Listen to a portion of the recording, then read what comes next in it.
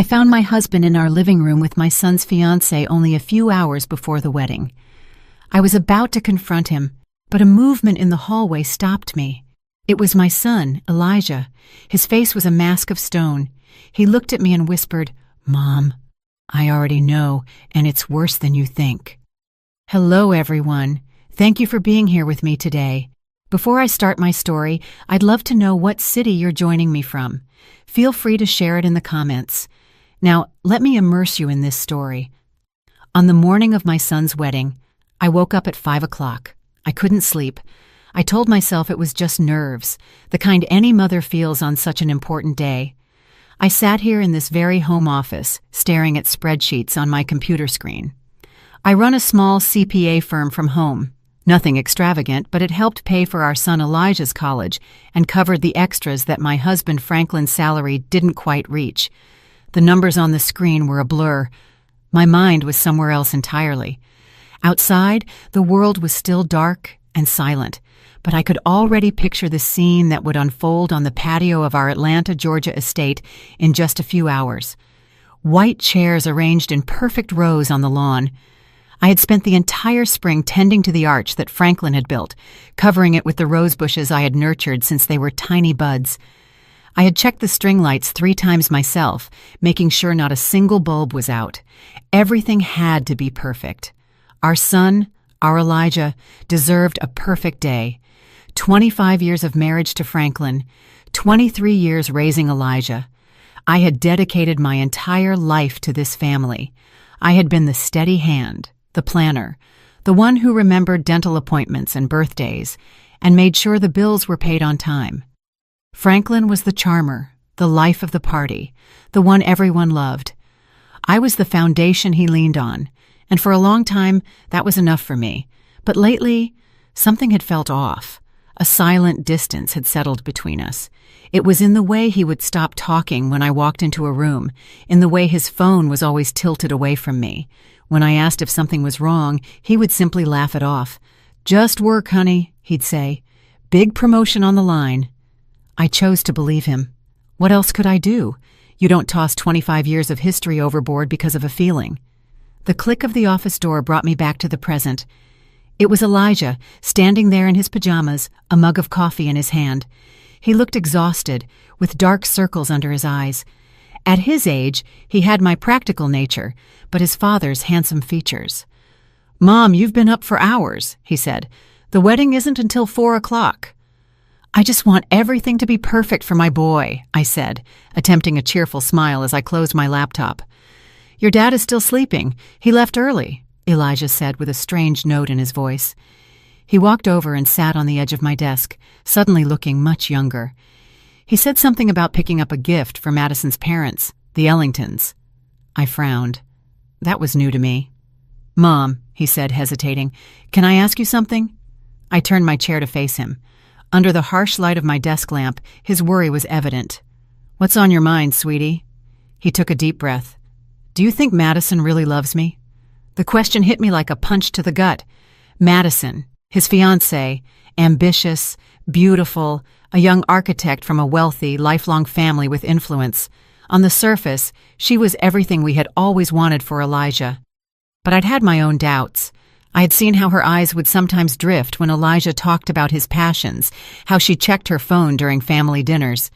"Why would you ask that, honey? It's your wedding day." "I know, and maybe it's just last-minute jitters," he mumbled, staring into his coffee. "But sometimes when she looks at me, I feel like she's looking right through me, like I'm just a box she needed to check off on her way to the perfect life." He paused. "And lately, she's been spending a lot of time with Dad. They're always talking about finances, investments. She says he's mentoring her." I wanted to tell him about the things I had also noticed, how Franklin's eyes followed Madison around the room, how he always found excuses to help her with her coat or refill her drink, how he knew exactly how she liked her coffee, 2 sugars and a splash of milk, without having to ask. Instead, I reached out and squeezed his hand. "Wedding jitters are normal, sweetie. Marriage is the biggest step you'll ever take." "It's not just jitters, Mom," he said, his voice breaking. He finally looked up at me, his eyes filled with a pain that terrified me. "I think she's in love with someone else." I froze. The blood turned to ice. "What makes you say that?" "Little things," he whispered. "The way she lights up when Dad calls, how she always asks about him first when she comes over. I saw them in the garden yesterday, just talking, and the way he looked at her. It wasn't how a father-in-law should look at his son's fiancée." I felt a flush rise up my neck. I forced my voice to stay steady. "Elijah, that's a very serious accusation." "I know," he said, shrugging, "and I hope I'm wrong. God, I hope I'm wrong." Before I could reply, the door opened again. It was Franklin. He was already dressed in an impeccable shirt and dress slacks, looking immaculate as always. "Well, look at my two favorite people," he exclaimed, his smile not quite reaching his eyes. He seemed surprised to see Elijah there. "Big day, son. You should be getting ready." He turned his attention to me. "And you, Simone, you're going to wear yourself out. Madison just called. She's coming by around 10 o'clock to discuss some last-minute seating chart details." I watched Elijah's expression tighten. "What details?" he asked. "Oh, you know, just making sure her parents don't sit next to your Uncle James after that political argument last Christmas," Franklin said with a dismissive wave. "You know how special her family is. We should discuss it privately because of the politics and all that." "Of course," Elijah said, his voice flat. "We can't have the wrong people sitting together." The tension in the room was so thick you could cut it with a knife. I watched my husband and my son, and I knew deep in my soul that Elijah wasn't wrong. Something was terribly, horribly wrong. After Franklin and Elijah left my office, a cold dread seized me. I was supposed to have a final call with the caterer at 10:30, a call I had been planning for weeks.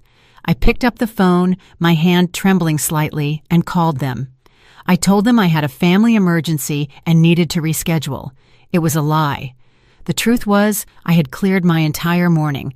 I couldn't shake Elijah's words, nor the nauseating feeling that Franklin's false cheer had provoked. Something was happening in my house today, and for the first time in 25 years, I intended to find out what it was. I spent the next 2 hours pretending to be busy. I tidied the kitchen, which was already spotless. I rearranged the floral centerpieces on the dining room table. Every sound made me jump. Every passing car made my heart hammer against my ribs. I felt like an actress in a play, performing the role of the happy mother of the groom, while inside I twisted with anxiety. Exactly at 10 o'clock, a sleek white BMW pulled into our driveway, Madison's car. I watched from the kitchen window as she stepped out. Even in simple jeans and a blouse, she looked like she belonged on a magazine cover. She walked up to the front door with the natural confidence of someone who knows she belongs. My heart was beating so loud I could hear it in my ears. I crept out the back door and circled the house, crouching low behind the large hydrangea bushes that bordered our living room windows. I felt ridiculous, like a spy in my own home, but the need to know, the need to confirm my fears or dispel them was overwhelming. Through the large bay window, I could see them. Franklin had let her in, and they were standing by the fireplace, the spot where we took our family pictures every Christmas. He was pouring her a drink. I couldn't hear their words, but their body language said it all. They stood close, too close. His hand rested low on her back. It was a casual gesture, one that could be easily explained away, but it lingered there for a second too long. I clenched my hands into fists, my nails digging into my palms. 25 years we had built a life in this house. We had read stories to Elijah on that very sofa. We had hosted countless family parties in that room. And now my husband was standing there, caressing another woman, my son's fiancée, on our son's wedding day. I was about to stand up, to storm in like a fury, and confront them right then and there. I didn't care about the scene. I didn't care about the wedding. I only cared about the scorching betrayal I was witnessing. But then I noticed movement in the upstairs hallway, a shadow in the glass's reflection. I looked closer. It was Elijah. He was standing at the top of the stairs, hidden in the shadows, watching them too. The sight of him, so still and broken, stopped me cold. This wasn't just my pain, it was his. Downstairs, things had escalated. Madison's hand was now on Franklin's chest. She leaned into him, her head tilted back, a smile playing on her lips. She said something, and he laughed. It was a sound I hadn't heard from him in years. Light, genuine, happy, the way he used to laugh with me when we were young, and everything seemed possible. In that moment, I saw my husband transform into someone I didn't recognize, someone alive in a way he hadn't been with me for a long, long time. Then his hands were in her hair, and they were kissing. It wasn't a quick peck. It was a deep, passionate kiss, the kind you see in movies. My vision went red. A roar filled my ears. I took a step toward the house, ready to rip the door from its hinges, ready to scream until my lungs gave out. And then a hand gripped my arm. I spun around, my heart leaping into my throat. It was Elijah. He had slipped out of the house and come to find me. His face was pale, ashen, but his eyes burned with a cold, hard determination I had never seen before. "Mom, don't," he whispered, his voice strained. "Not yet, Elijah. This is—" I choked on the words. I couldn't even say it. "I know what it is," he said. His voice was steady, though I could see his hands trembling. "Mom, I've known for weeks." "Weeks?" The word came out as a strangled whisper. I stared at my son, the boy I had raised, who now looked at me with the eyes of a man who had seen too much. We were still crouched behind the hydrangeas. The beautiful flowers I'd been so proud of were now serving as a hiding place for the destruction of our family. Inside the house, my husband and my son's fiancée had moved from the fireplace to the sofa. I couldn't bear to look. "I didn't want to believe it at first," Elijah said, his voice low and urgent. "I kept making excuses for them. He's just being kind. She's just nervous about joining the family." But it kept happening. The lingering looks, the private conversations, the way she lit up whenever he was near. He corrected himself. The slip-up, a painful reminder of a life that no longer existed. She was supposed to be getting a new mother figure, not a rival. "I mean Madison. Why didn't you tell me?" I asked, my voice shaking with a mix of shock and a strange, protective rage. "You shouldn't have had to carry this alone." "Because I needed proof," he said, his jaw clenched. "And because—" he looked at me, his eyes much older than his 23 years. "I wanted to give them enough rope to hang themselves." He pulled out his phone. His hands shook slightly as he tapped the screen. "I hired someone," he confessed. "What did you do?" "What? I'm not stupid, Mom. After I saw them having lunch together a month ago, a lunch Dad told me was a business meeting and she told me was an afternoon shopping with her girlfriends, I knew I wasn't crazy. I needed to know the truth." He handed me the phone. "I hired a private investigator." My breath hitched. "A detective? Elijah, the money—" "Don't worry about the money," he said grimly. "It was worth every single cent." The first photo on the screen showed Franklin and Madison walking into the St. Regis Atlanta downtown. The timestamp indicated it was 3 weeks ago, a Tuesday afternoon, when Franklin was supposedly at a regional sales conference. The second photo showed them leaving together 2 hours later, looking heated and disheveled. "There are 17 different occasions," Elijah said quietly, as I scrolled through a gallery of betrayal. Photos of them in dimly lit restaurants across the city. Photos of them pressed up against Franklin's car in a private parking lot. Photos of them laughing, holding hands, living a completely different life behind our backs. I felt sick. The sheer magnitude of the deceit was breathtaking. This wasn't a one-time mistake. It was a calculated, long-term affair. I stood up again.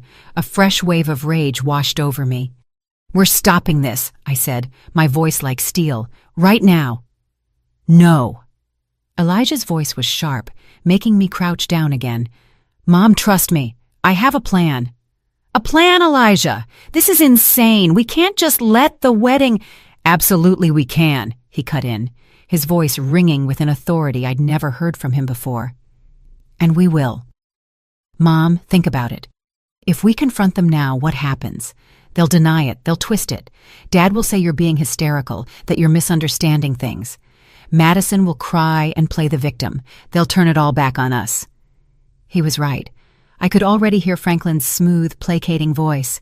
"Simone, you're overreacting. She's a nervous young woman, and I was just offering paternal advice." "So what do you suggest?" I whispered, my anger giving way to a cold, terrifying clarity. Elijah's smile was something chilling and unfamiliar. "Public humiliation," he said, the words hanging in the air between us. "Total and absolute destruction of their reputations. Legal consequences. We don't just end this, Mom.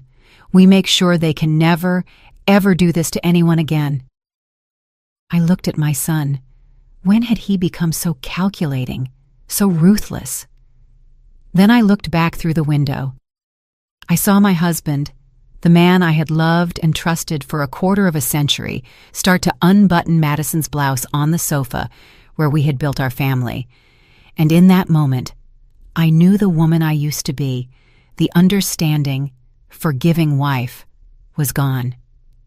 She had died right there in the dirt, behind the flowers I had so painstakingly planted. "Tell me the plan," I said. That evening was one of the strangest of my life. Franklin came home acting as if nothing had happened, asking about final catering arrangements. Madison had left hours before, and he was the picture of the loving husband and proud father. He talked about his speech for the reception, about how proud he was of Elijah. The hypocrisy was so thick I could barely breathe. I just nodded and smiled, an empty shell of myself, while inside, I screamed. After Franklin went to bed, Elijah and I met in my home office. The door was locked, the blinds drawn. It felt like a war room, and in many ways, it was.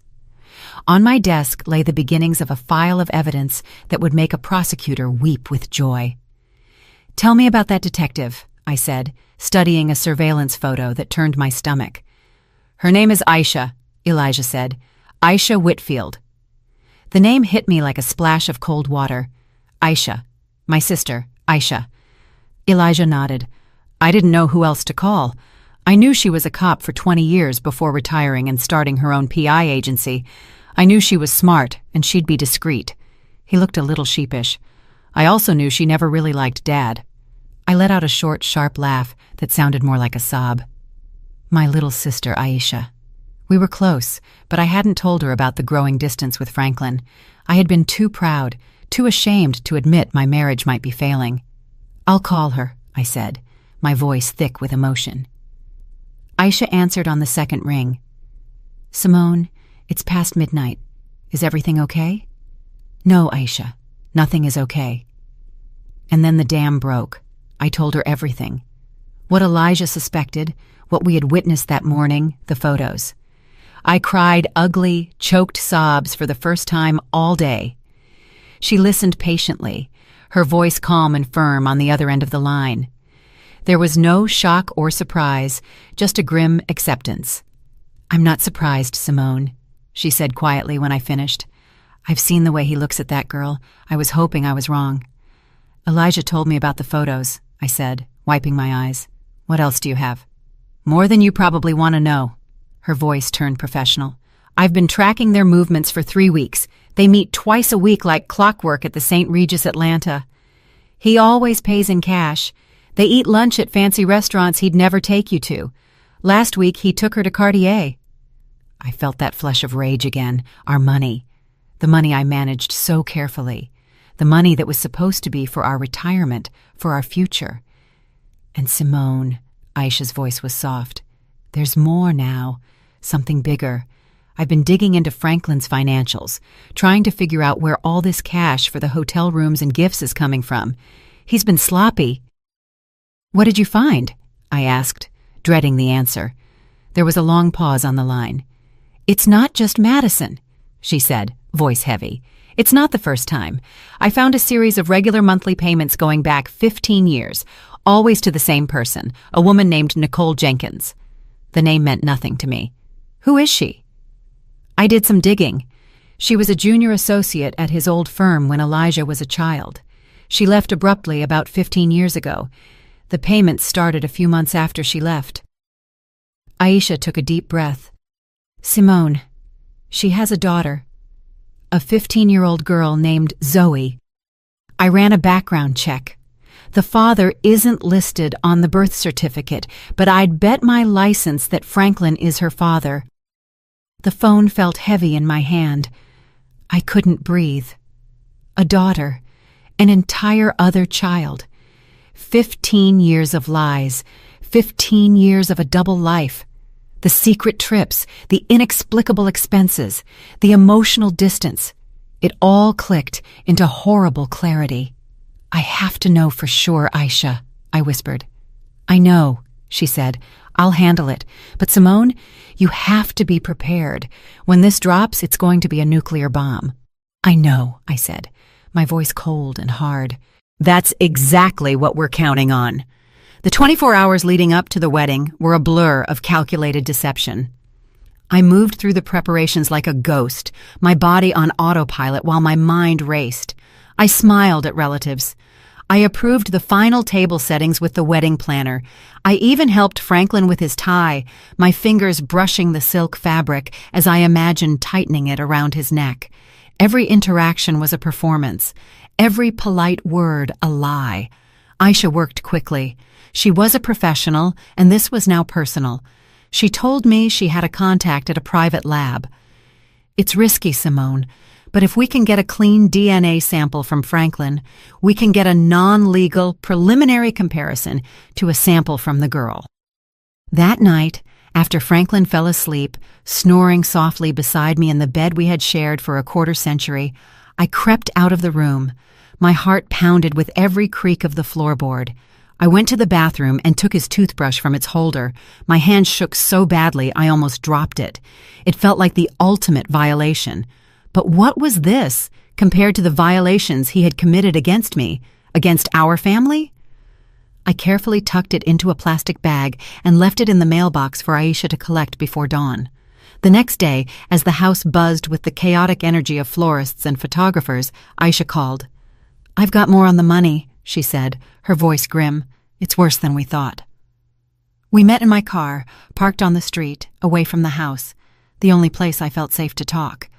She opened a laptop and turned it toward me. On the screen was a spreadsheet, a dizzying array of numbers and dates. "I did a full analysis of your joint accounts, your retirement funds, everything," she said, pointing to a highlighted column. "Look at the pattern. For years, Franklin has been making regular cash withdrawals. Small amounts, 500 here, 700 there, never more than 1,000 at a time, always from different branches."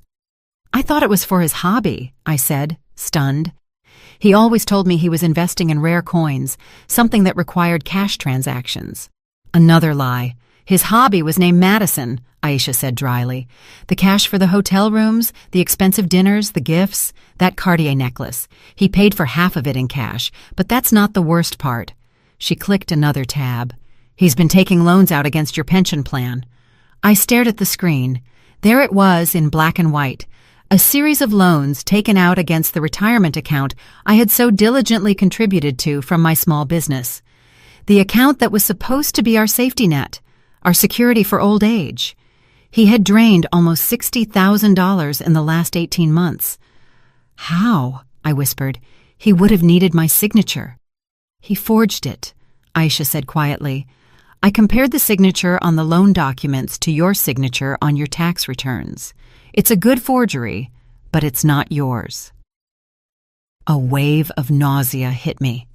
This was beyond deceit. This was theft. He wasn't just breaking my heart. He was systematically dismantling our future, piece by piece, to fund his sordid affair. He was robbing me of the college fund we had built, of the life we were supposed to share. He was gambling with my entire future. "And Madison?" I asked, my voice barely audible. "She's not an innocent victim," Aisha said, her gaze hard. "I'll get to her, but first, there's something else." She hesitated. Then she handed me a large manila envelope. "The preliminary DNA results came in this morning." My hands began to shake as I opened it. I scanned the page. The scientific jargon blurred until I found the conclusion at the bottom of the page. Probability of paternity, 99.999%. I stared at the words until they were burned into my memory. Zoe Jenkins was Franklin's daughter. 15 years of loving him, trusting him, building a life with him while he had another daughter, another family hidden in the shadows. I rested my head on the steering wheel, the cool leather against my hot forehead. I didn't cry. I was beyond tears. A strange, terrifying calm came over me. The pain was still there, a massive gaping wound in my chest. But now it was accompanied by something else, a cold, hard resolve. He wasn't just going to lose his wife. He was going to lose everything. Sitting in the car with my sister, that flimsy piece of paper in my hand felt heavier than a tombstone. It was the death certificate of my marriage, of the life I thought I had. A 15-year-old daughter. The words echoed in the silent car. How? How did you find her? I finally managed to ask, my voice sounding distant and strange to my own ears. Aisha's expression was a mix of pity and professional resolve. It started with the payments. Once I had Nicole Jenkins's name. It wasn't hard to locate her. She lives just 2 towns over, Simone about 20 miles away. 20 miles? For 15 years, he had been living a secret life a short drive away. How many times had he told me he was working late? How many business dinners had he attended? How many weekend golf trips had he taken? My mind spun as I mentally reviewed years of excuses and lies, each one now taking on a new, sinister meaning.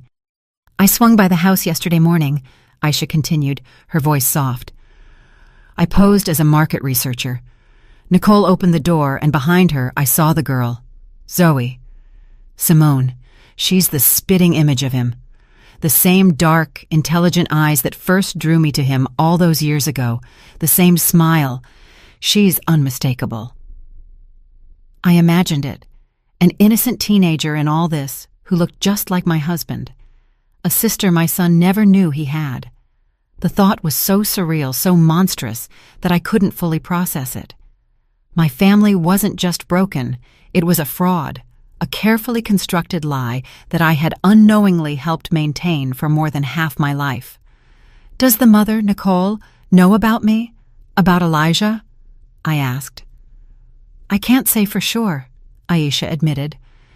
But the way she lives, a nice house in a good school district, but no flashy career, it's clear Franklin is her primary source of financial support. She has every reason to keep things quiet. He wasn't just paying child support, Simone. He was funding her whole life with my money, with our money, my consulting money, our joint savings, the money he stole from our retirement. The betrayal was so deep, so layered. I felt like I was drowning. It was a systematic plunder of my life's work, my trust, and my future. I handed the DNA report back to Aisha. Put it with the rest of the evidence, I said. My voice, stripped of emotion, was numb. The shock was so profound, it had short-circuited my ability to feel anything but a cold, heavy emptiness. I thought about that girl, Zoe. What kind of man tells his daughter he can't acknowledge her? What kind of man raises one son in the light while keeping another child hidden in the dark? The cruelty, not just to me and Elijah, but to this innocent girl, was astonishing. And what about Madison?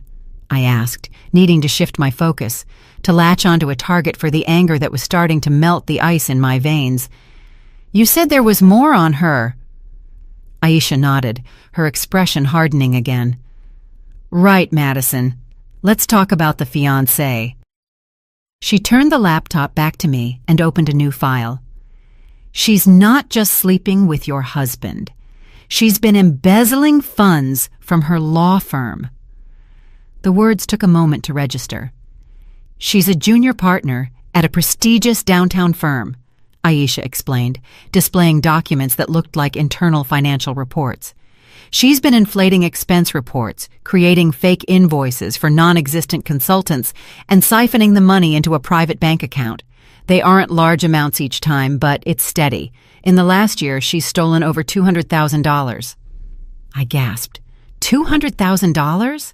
And I can trace some of that money directly to gifts for Franklin, Aisha said, showing me a bank transfer followed by a credit card statement that showed the purchase of a $1,000 watch. She was stealing from her partners to buy gifts for her lover, who was stealing from his wife to buy gifts for her. It's the most perfectly disgusting circle of deceit I've ever seen. So Madison wasn't just a homewrecker. She was a criminal, a thief, and she was about to marry my son, bringing her corruption and lies into the heart of what was left of my family. The numbness in my chest vanished, replaced by a white-hot fury. This wasn't just about a broken heart anymore. This was about protecting my son. This was about justice. This was about making sure these two people faced the consequences for every lie, every dollar, every broken promise. "Okay," I said, looking my sister in the eye. "The wedding plan. Let's go over it one more time. I want it to be perfect." The knowledge of Madison's embezzlement added a dark, criminal layer to the already stunning betrayal. It changed everything. This was no longer just a messy, heartbreaking domestic drama. It was a conspiracy of fraud and theft perpetrated by the two people who should have been closest to us. "How did you get all this?" I asked Aisha, pointing to the damning financial documents on her laptop screen. We were still in my car, the air thick with the smell of conspiracy and stale coffee. "Madison isn't as smart as she thinks," Aisha said with grim satisfaction. "She got careless, and I have friends on the police force who were willing to pull some strings when they heard the story. A buddy of mine on the Economic Crimes Unit took one look at these patterns and knew exactly what he was seeing." She pointed to the screen. She was moving the money through a shell corporation she set up using her mother's maiden name. It was amateur. I thought of Madison's parents, the Ellingtons. They were pillars of the community. Her father was a respected federal judge. Her mother was on the board of 3 different charities. They moved in circles where reputation was everything. They believed their daughter was a shining star on the rise, marrying into a good, stable family. They had no idea their golden girl was a thief, and the stable family she was marrying into was a house of cards built on lies. The public humiliation was going to destroy them, too. For a fleeting instant, I felt a pang of pity for them. They were innocent collateral damage, but that feeling was quickly extinguished by the fire of my own betrayal. "So Franklin is stealing our retirement money to buy gifts for his mistress," I summarized, the words tasting like venom. "And Madison is stealing from her firm to buy gifts for my husband, her lover, who is also her future father-in-law." I shook my head in disbelief. "This is movie stuff." "It gets better," Aisha said, a wry twist to her lips. "Some of the money Franklin took out of your pension plan, he invested in a sure-thing real estate deal Madison recommended to him." "Let me guess," I said, my voice dripping sarcasm. "The deal fell through." "The deal never existed," Aisha confirmed. "The money went straight into that secret account of hers. She was stealing from him, too. He was so blinded by his own ego and infatuation that he never even saw it." I had to laugh. It was a bitter, joyless sound. My brilliant, charming husband, the man who always thought he was the smartest person in the room, was being conned by a 20-something embezzler. It was almost poetic. We spent another hour going over the evidence Aisha had collected. She had everything: bank statements, surveillance photos, cash-paid hotel receipts, forged loan documents, and now a full criminal file on Madison's activities that was ready to be handed to the prosecutor.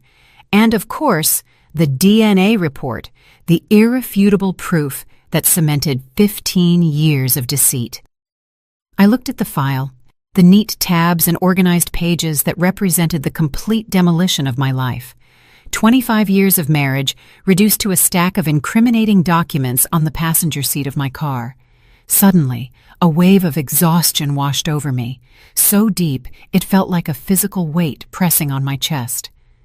"Aisha, can we do this?" I whispered. "Can we really stand up in front of 300 people and do this to our family?" Aisha reached over and put her hand on my arm. Her grip was firm, reassuring. "Simone, listen to me," she said, her voice serious. What other option do you have? If you confront them in private, they will lie. They will manipulate you. They will turn Elijah against you. They will deny until you start thinking you're the crazy one. I've seen it 100 times. She was right. I knew she was right. Franklin was a master of manipulation. He could charm his way out of anything. This way, she continued. There is no escape. There is no room for lies. There is only the truth presented in front of everyone they tried to impress. This isn't just about revenge, Simone. It's about consequences. Madison has to face jail time. Franklin has to be held accountable not just for the cheating, but for the financial fraud he committed against you. This is the only way to make sure the lies stop forever. I took a deep breath, the stale air of the car filling my lungs. I thought of Elijah, his pale, determined face. I thought of Zoe, the daughter I never knew. I thought of the 25 years I had given to a man who had been lying to me since the beginning. You're right, I said, my voice clear and firm again. It's the only way. I started the car. Let's go. We have a wedding to prepare for. The final hours before the wedding were the most surreal of my life. I went home and resumed my role as the calm, happy mother of the groom. I felt a strange sense of detachment, as if I were watching a movie of my own life. I saw myself laughing with my cousins, complimenting my sister-in-law's dress, and assuring the caterer that everything looked wonderful. Inside, I was a coil of tension and grief, but outside, the picture of maternal pride. Franklin was in his element, socializing with the early arriving guests, accepting congratulations with a wide, confident smile. He pulled me aside at one point, his arm around my waist. "You look beautiful, Simone," he said, his voice a low murmur in my ear. "Isn't it a perfect day?" I looked into his eyes, the eyes of the man I had loved for more than half my life, and felt nothing but cold, desolate emptiness. I smiled back. Perfect day. My son Elijah was a mirror of my own forced composure. He greeted his friends, posed for photos with his groomsmen, and played his part perfectly. But every time his eyes met mine across the crowded lawn, I could see the same steel resolve reflected there. We were in this together. We were soldiers waiting for the signal to strike. The plan was simple, and Aisha had rehearsed it with us until we knew it by heart. She had arrived early, disguised as a member of the catering staff. Her professional audio-visual equipment was hidden in plain sight. She had connected her laptop to the large projection screen we had rented, supposedly for a sentimental slideshow of Elijah's baby pictures. No one suspected a thing. She had a small remote control in her pocket. When the time came, all she had to do was push a single button. I had my own role to play. I had prepared the divorce papers with my attorney a week prior, a fact I had kept secret, even from Elijah. They were signed and notarized in a sealed envelope in my clutch purse. I also had a flash drive with copies of every piece of evidence Aisha had gathered. One way or another, my marriage would officially end today. There was no going back. I wasn't just planning a confrontation, I was planning the first day of the rest of my life. At 4:05, I took my seat in the front row. The string quartet began to play, and the wedding party made their entrance. Franklin sat beside me, squeezing my hand with what appeared to be genuine affection. I felt a tremor of revulsion, but forced myself not to pull away. Madison appeared at the end of the aisle, a vision in white lace. She looked radiant, beautiful, and utterly fraudulent. She smiled at the crowd. Then her eyes found Franklin in the front row. For a split second, a look passed between them, a look of shared secrets, of triumphant conspiracy. They thought they had won. They thought they were just minutes away from cementing their perfect, deceptive future. Elijah stood at the altar, his face an unreadable mask. When Madison joined him, he took her hand. His expression never wavered. He looked out at the crowd, his eyes scanning the faces until they landed on mine. He gave a single, almost imperceptible nod. It was time. The officiant began the ceremony with the usual words about love, commitment, and fidelity. The irony was so dense it was nearly suffocating. I wondered if Franklin and Madison were even listening, or if they were already planning their next secret rendezvous. The ceremony continued. They exchanged vows they didn't mean, promises they had already broken 100 times. My stomach churned with every lie that left their lips. Finally, the officiant reached the critical moment. He smiled benevolently at the crowd.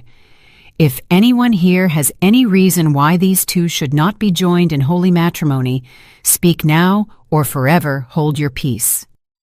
A silence fell over the 300 guests. This was the moment. My heart hammered against my ribs so hard I thought it might break through. I could feel everyone's eyes on us. I took a slow, deliberate breath. Then I stood up. The moment I rose, a collective gasp ran through the 300 guests. The air, which had been filled with the soft melodies of the string quartet and the warm afternoon breeze, suddenly became thick and silent. All heads in the garden turned toward me. I could feel their confusion, their shock, their curiosity, like a physical force. Franklin, sitting next to me, went rigid. "Simone, what are you doing?" he hissed, his hand grabbing my arm. "Sit down. You're making a scene." I shook his hand off as if it were a venomous snake. I looked past him, my eyes fixed on my son Elijah, who stood at the altar, his face pale but resolute. He knew this was coming. We had planned it. Then I looked at Madison, whose radiant smile had frozen into a mask of confused horror. "I'm sorry, everyone," I said, my voice clear and surprisingly steady. It carried across the silent garden. "I apologize for the interruption, but I believe the officiant asked if there was any reason this marriage should not proceed." I paused, letting the weight of my words settle. "And yes, I do. I have a reason." A wave of murmuring swept through the crowd. I saw Madison's father, Judge Ellington, begin to rise from his seat, an expression of thunderous indignation on his face. "Mrs. Whitfield, what is the meaning of this?" he boomed. "The meaning, Judge Ellington," I said, turning to face him, "is that your daughter is about to marry my son under false pretenses, and I believe you and everyone else gathered here today deserve to know the truth." I pulled the small remote control from my purse. It was the one Aisha had given me. My thumb hovered over the single red button. "The truth?" Franklin sputtered, his face flushing crimson. "Simone, you've lost your mind. You're embarrassing our son." "Am I, Franklin?" I asked calmly, turning my gaze back to him, my voice dropping to an icy calm. "You're the one who has embarrassed our son, you and your mistress." With that, I pressed the button. Behind the altar, the large screen that was supposed to show a slideshow of Elijah's baby photos sprang to life. The first image that appeared was a crisp surveillance photograph of Franklin and Madison, locked in that passionate kiss in our living room, the one Elijah and I had witnessed just the day before. The crowd erupted. There were screams, gasps, people standing up to get a better look. I saw Madison's mother bring a hand to her chest, her face ashen. "But that's not all," I continued, my voice somehow rising above the chaos. "You see, this wasn't just a one-time mistake. This has been going on for months." The screen changed. A new photo appeared. Franklin and Madison entering the St. Regis Atlanta, the timestamp clearly visible. Then another and another, a collage of their secret meetings, their clandestine lunches, their lies exposed for all to see. Madison stammered, trying to deny it, but her voice was lost in the uproar. Franklin was standing, shouting, "This is fake! Those are photo montages! Simone is having a nervous breakdown!" "Am I, Franklin?" I asked quietly. "Then perhaps you can explain this." The screen changed again. This time it displayed bank statements. My finger, on a close-up photo, pointed out the suspicious cash withdrawals, the forged signatures on the pension plan loan documents. A Cartier receipt for a $15,000 necklace flashed on the screen, followed by a photo of Madison wearing that same necklace at her bachelorette party. The noise from the crowd began to diminish, replaced by a stunned, horrified silence. This was no longer just a cheating scandal. It was something darker. "My husband has been systematically stealing from our family's retirement savings to fund his affair," I announced, "and his fiancée, the woman about to marry my son, has also been busy." The next slide showed the evidence of Madison's embezzlement from her law firm, the fake invoices, the bank transfers. I could see her partners in the fourth row, their faces shifting from confusion to pure fury. And then I delivered the final, devastating blow. "But the best part," I said, my voice turning to ice, "the true heart of the deceit that has defined my marriage, is that my husband's lies didn't start with Madison." The DNA test results filled the screen. The words, "probability of paternity," 99.9999%, were displayed in huge, bold letters. Below there was a photo of a pretty, smiling 15-year-old girl. "This is Zoe Jenkins," I said, my voice trembling with 15 years of repressed pain. "She is Franklin's daughter, a daughter he has kept hidden from me and his own son for her entire life." The silence that followed was absolute. 300 people staring at the evidence of a betrayal so complete, so devastating, that even the most seasoned gossips were left speechless. And in that perfect, terrible silence, I watched the world I had known for 25 years burn to the ground. The silence was broken by a single, sharp sob. It came from Madison, who staggered, her face a ghastly white against the pure white of her wedding dress. Then she collapsed onto the ground in a heap of lace and shattered dreams. That single sound broke the spell. The garden erupted into chaos. People were yelling, pointing, pulling out their phones to record the disaster. Madison's mother ran toward her fallen daughter while her father, the judge, stood there, his face a mask of disbelief and utter humiliation. Franklin froze for a moment, his face a kaleidoscope of rage, panic, and mounting horror. He looked from the screen to me, to the stunned faces of his friends and colleagues. He was trapped. There were no lies, no smooth words that could talk his way out of this. His carefully constructed world had been publicly and irrevocably demolished. Then he did the only thing a coward could do. He ran. He bolted, shoving his way through the stunned crowd, knocking over a tray of champagne glasses as he scrambled toward the parking area. He was literally trying to flee the scene of his own life's implosion, but Aisha was waiting for him. My sister, still in her catering uniform, stepped out from behind a large oak tree bordering our property. She was a petite woman, but she moved with the confidence of a seasoned police officer. As Franklin ran past, she put out her foot. It was a perfectly executed trip. Franklin fell hard, hitting the manicured lawn and sliding for a few feet in his expensive wedding suit. "Going somewhere, Franklin?" Aisha asked casually, walking over to where he lay sprawled and gasping. By then, Elijah had left the altar and was beside me. He put a firm arm around me. Madison was back on her feet, supported by her sobbing mother, and pointed a shaking finger at me. You planned this?" she shrieked, her voice high with hysteria. "You planned this whole thing to ruin my life." "No, Madison," Elijah said, his voice cold and clear, cutting through her hysterics. "You ruined your own life, you and him." He gestured toward his father, who was now being helped up by Aisha. "Let go of me!" Franklin demanded, trying to pull his arm free from my sister's firm grasp. "Can't do that, Frankie," Aisha said, using a childhood nickname that made him flinch. "You see, I'm a licensed private investigator, and I have reason to believe you have committed multiple felonies, including financial fraud. But don't worry, we're not here to talk about you right now." She looked over her shoulder. "My business is with her." 2 uniformed police officers were walking calmly through the parting crowd. They weren't here for Franklin's fraud. That would be a civil matter for my lawyer to handle. They were here for Madison. "Madison Ellington?" one of the officers asked, his voice quiet but authoritative. Madison's eyes went wide with terror. "No," she whispered. "You are under arrest on suspicion of embezzlement and wire fraud," the officer continued, as his partner took her arms and gently applied the handcuffs. The click of the cuffs closing was the loudest sound I had ever heard.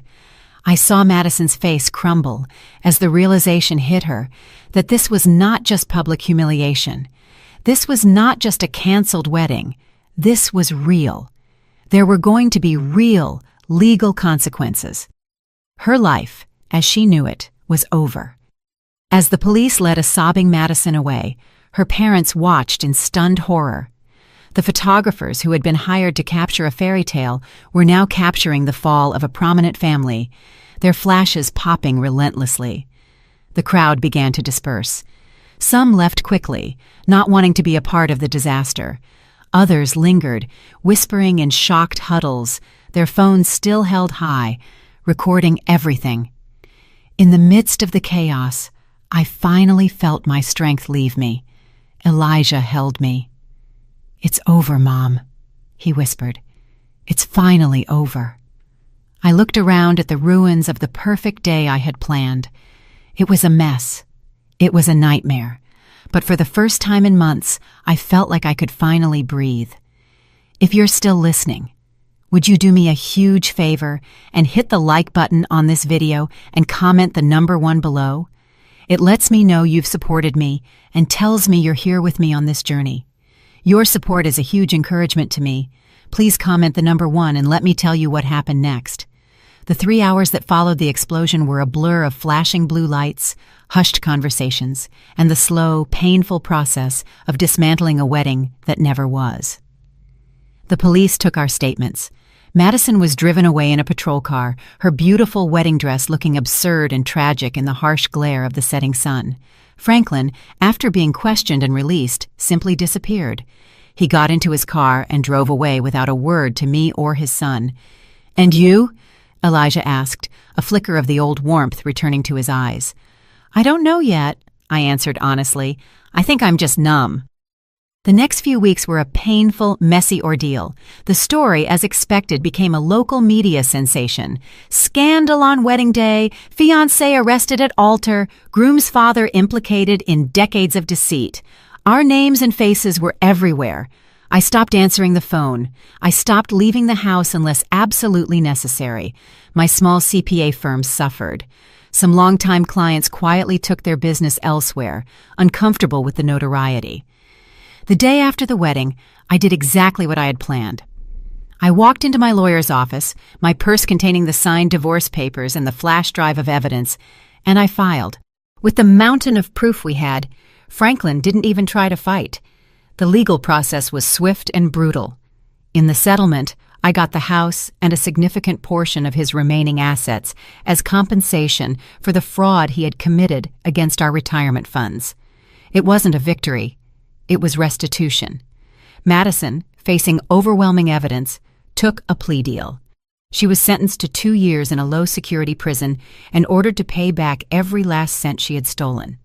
Her family's reputation was shredded. Franklin's fall was quieter but no less complete. He lost his job, his reputation, and the respect of everyone he knew. He moved into a small apartment across town, and from what I heard, he rarely showed his face in public.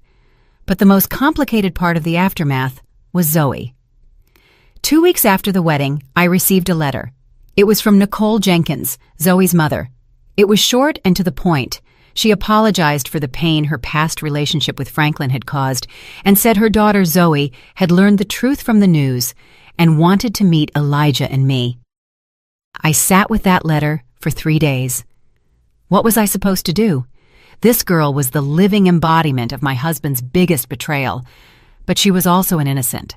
She hadn't asked for any of this. She was my son's sister. I showed the letter to Elijah. He read it, his face grim. "I want to meet her," he said immediately.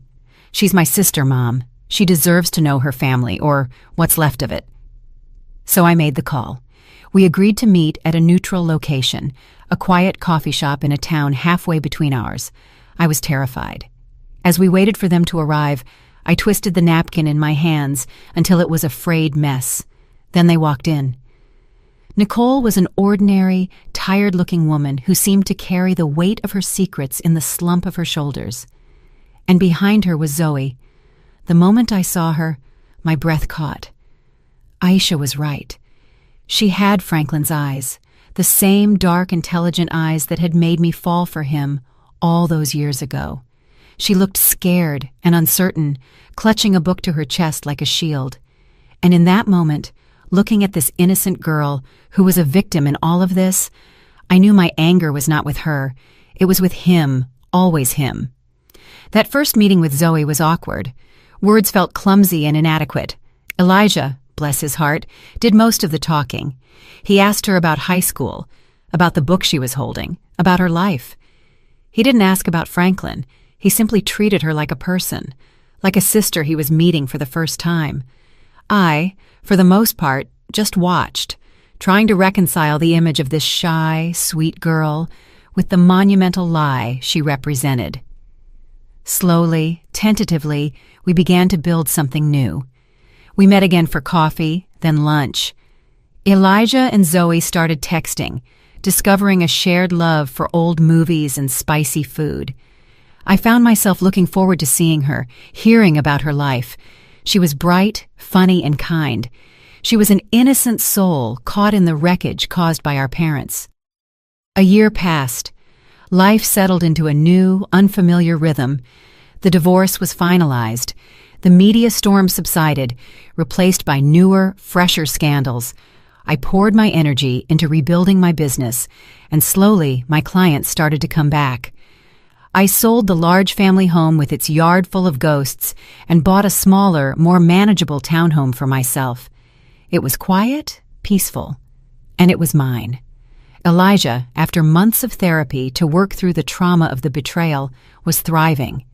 He had left his corporate job and gone back to school to pursue his true passion, landscape architecture. He was designing beautiful spaces, creating order and beauty out of dirt and stone, a fitting metaphor for what he was doing with his own life. He was dating a lovely young woman, a kind, genuine librarian who looked at him like he was the only person in the world. And Zoe had become a part of our lives. She came over for dinner every other Sunday. She and Elijah had developed a real sibling bond, teasing each other and talking for hours. I found myself feeling a fierce, protective love for her. She was no longer a symbol of betrayal.